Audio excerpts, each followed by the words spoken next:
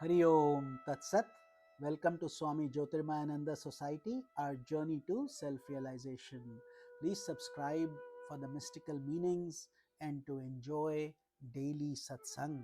We are currently studying the book The Mystery of the Soul, Katha Upanishad, authored by Swami Jyotirmayananda. Commentary is by myself, narration is by myself, Swami Nikhilananda.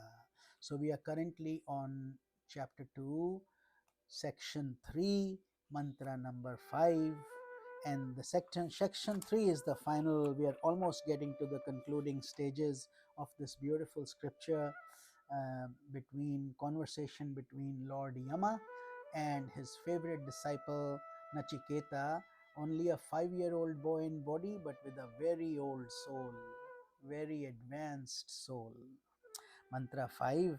In Pitri Loka, the world of the forefathers, the self is seen as dimly as objects in a dream.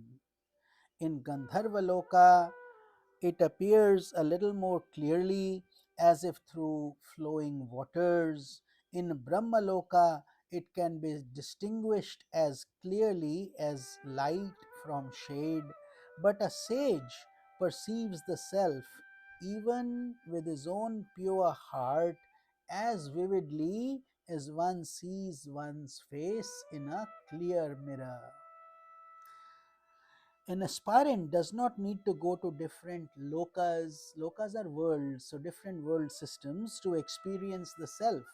He can realize the self as clearly as one sees one's face in a clear mirror in his own purified heart. So that is the goal, to purify our heart to the extent where it becomes like a clean mirror. That way, the reflection of the self will come into it, and that happens when you are self realized. This wondrous possibility of attaining self realization, even within this body, is highlighted by showing that the vision of the self is hazy and dim even in the divine planes of existence. Imagine, so many people say, I want to go to heaven. Even there, you can do better here by attaining self realization than even in all those higher lokas. So, as attachment to sense objects and sense enjoyments decreases, the self is revealed with increasing clarity. It starts becoming more and more clear. While Gandharva Loka enables a person to behold the self with a greater clarity of understanding, Brahma Loka, the plane of the cosmic mind, is able to reveal the self as clearly as light is contrasted from darkness. However, there is still shadow of limitation that persists for those who ascend to Brahmaloka as a result of their knowledge and highly righteous actions.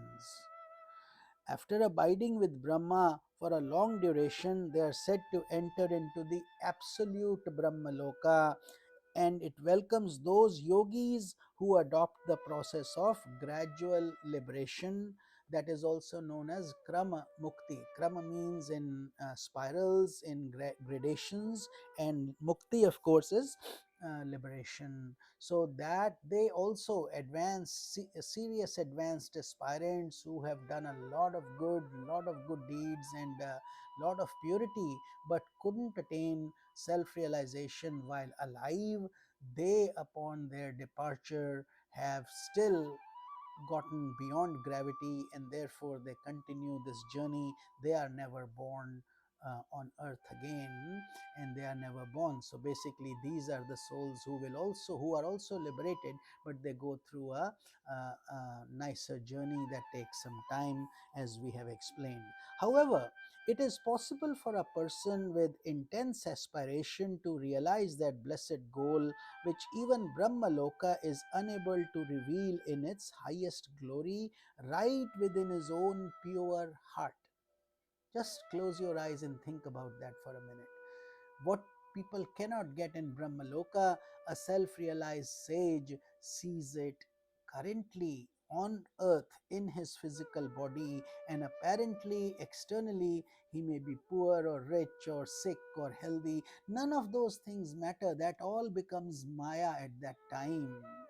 But the experience of joy and bliss that he has transcends everything else, thus realizing he does not go to any world after his death, but becomes merged in the absolute even while alive. This is called Sadhya Mukti, instantaneous liberation.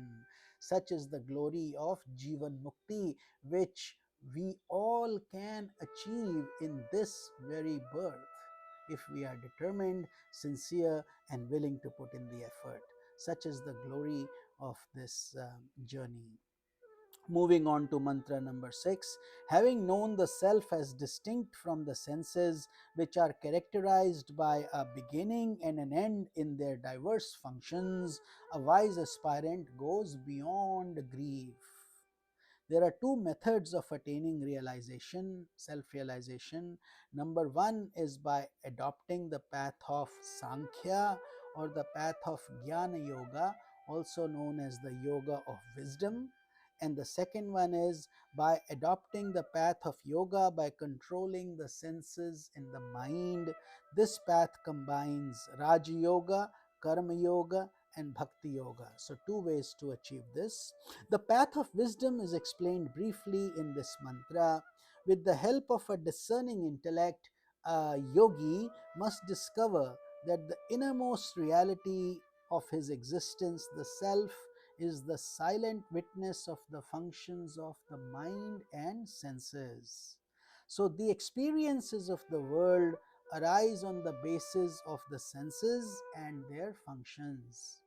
These experiences of pleasure and pain, gain and loss, and the various pairs of opposites are with a beginning and an end. It is impossible to find the abiding truth in the world of the senses because they themselves are fluid, temporary. When a yogi becomes free of identification with the senses in the mind, he discovers this fact that I am different from the mind, senses, and body.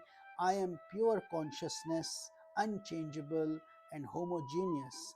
I am Sat Chit Ananda, existence, knowledge, bliss, absolute.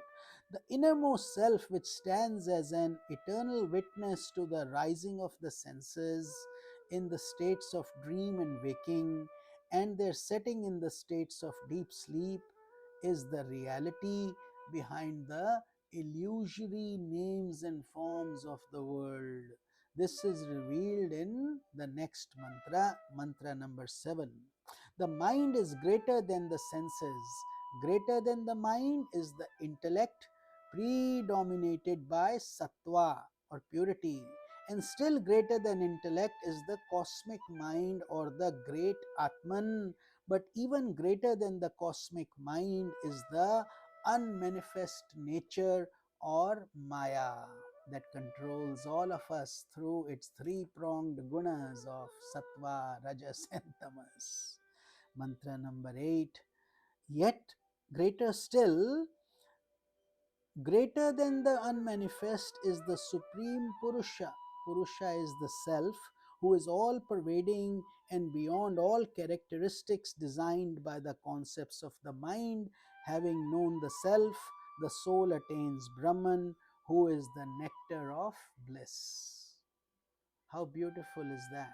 So, that is very much possible by negation and understanding how to reach to Prakriti, nature, Maya, and then to Purusha, Supreme Purusha, which leads us to Brahman. That is that state of self realization. The self, mantra number 9. The self cannot be seen by the eyes, the senses, but with the mind engaged in intense meditation on the self. A yogi knows that self even within his purified heart. Thus, knowing, he becomes the very embodiment of immortality. It has been explained before that the objects of the world are evolved out of the subtle tanmatras. These are known as root elements. The senses in which the subtler form of tanmatras are involved are higher than the objects because they are the ones perceiving the objects. The mind is higher, still higher compared to the senses because that is what discriminates where each sense is going, what does it want. This includes ahankara tattva or the ego principle also. The ahamkara tattva evolves out of the cosmic mind, which is known as mahat and also known as mahanatman or the great soul. And avyakriti, the non-manifest prakriti, also known as maya or cosmic illusion, is the cause of even the cosmic mind that comes through prakriti. The self, however, is the substratum of maya and the absolute reality which permeates as well as transcends all planes of existence.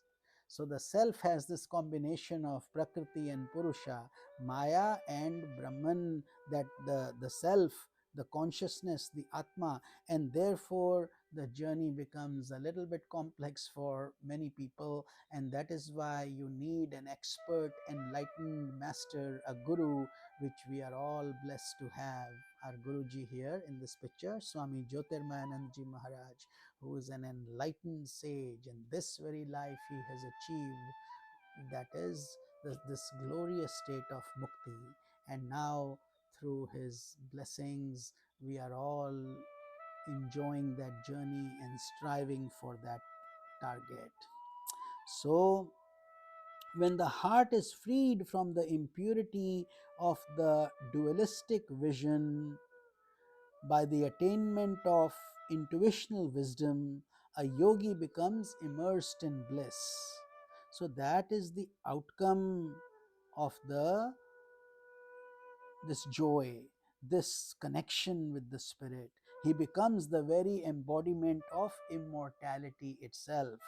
Having described the method of Sankhya, the next mantra, mantra 10, describes the method adopted by yoga for the attainment of self realization. So, as you can see, these are deep, profound mantras that we can practice and listen and help us with our journey to self realization. This is Swami Nikhilananda. Hari Om Tat Sat.